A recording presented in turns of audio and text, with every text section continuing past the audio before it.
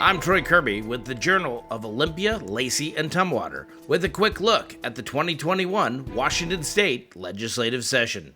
The House Public Safety Committee heard public testimony on Engrossed Second Substitute Senate Bill 5036, which would allow early release of incarcerated individuals back into their communities.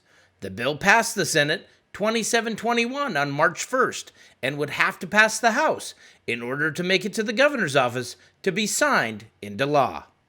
Thank you, Senator Dingra.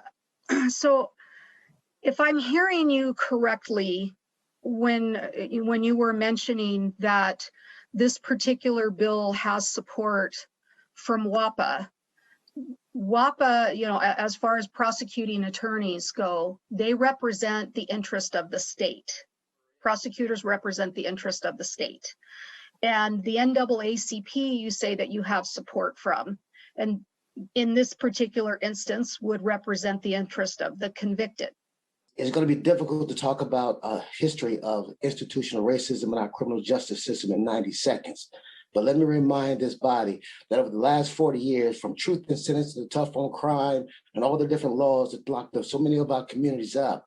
And I just want to correct Representative Graham for 1 second. The NAACP, we don't represent the convicted. We represent the community that's been impacted by incarceration. The NAACP obviously supports this bill, and as a former president of the Spokane branch and executive director for Revised Center for Returning Citizens, and I did the time, I obviously do as well. So some real talk, and in that I must tell you that I believe that this is a needed step in the right direction, that this bill and those like this move much needed change further down the court and then doing sort of the radical harms and racial impacts of our criminal justice system. This question is for Mr. Robinson.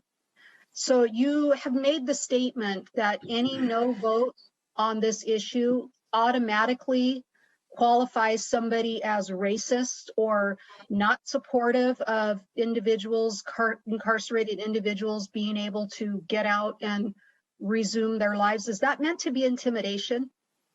No, not at all, ma'am. It's meant to be truth, because any real talk about the criminal justice system, any real examination has absolutely shown unequivocally that the criminal justice system is disproportionately harms communities of color.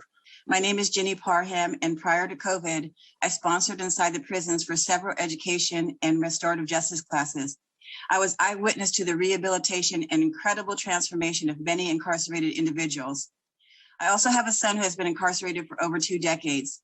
In the late 90s, my son was sentenced to a de facto life sentence of 96 years for a crime he committed when he was a week past his 18th birthday.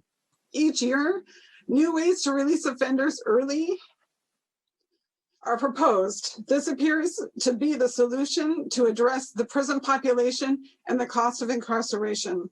This bill equates to mass release of offenders. There is no truth to sentencing. Also signed and opposed to this bill. I want to be completely transparent. This is simply not a proposal that our association can get behind for a number of reasons that I won't go into here. I do want to acknowledge that of all of the proposals along these lines, this is frankly the most responsible that we've seen. And we think that credit is due in that regard.